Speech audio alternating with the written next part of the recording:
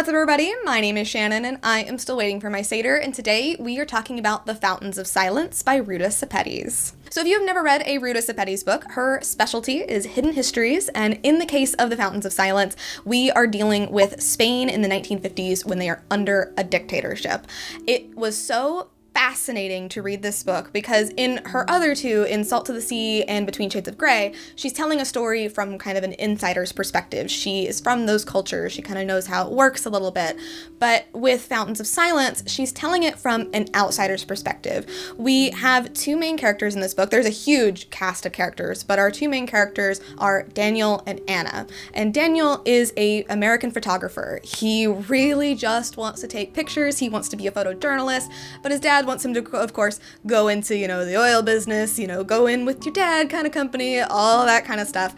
That's not what he wants. He wants to find the truth, and he finds truth through his pictures. So when he meets Anna, a girl who works at the hotel that they're staying at, and he starts to see that not everything is quite what it seems when it comes to Spain, he really wants to get to the bottom of it, and he wants to figure out the truth. And he does figure out along the way that there are things that happen that nobody can understand unless you lived through it, unless you were in the culture at the time. But that doesn't mean that those stories aren't worth telling. The Fountains of Silence is a beautiful read. I felt very attached to every single one of these characters, and I desperately wanted to understand and find the truth just as much as Daniel did.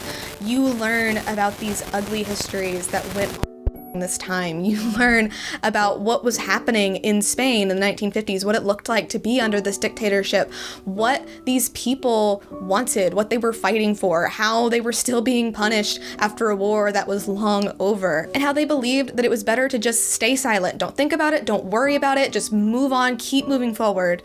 But the truth breaks the chains of silence, and it is never too late for that truth to set you free. I absolutely adored The Fountains of Silence. I didn't know anything about this culture, anything about this history, anything about this time period in Spain at all, so getting to see it through the lens of Daniel, I really felt like you could just step into his shoes, which is exactly what Ruta Sepetys was going for. She does have an author's note at the end where she talks about having that outsider's perspective and trying to figure things out, trying to piece things together with this history that is so silent because people are so afraid to talk about it. They were afraid to bring it up that things might happen to them, so they just stayed silent and they just kept moving forward.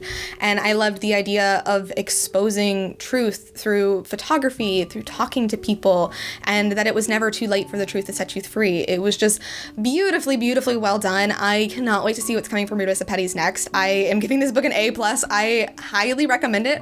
I have seen a couple of critiques for this book, namely those being the relatability of the characters, which I completely disagree with. I feel like it's very easy to step into Daniel's shoes. I was really invested in Daniel and Anna. There are a lot of characters, so I can kind of see how not all of them held my attention. But that being said, it all works together, and I felt came to a good conclusion in the end. That is another critique that some people have, is that the ending doesn't feel quite as realistic as maybe her other books do. But I think in the context of the story, it works, and that's okay.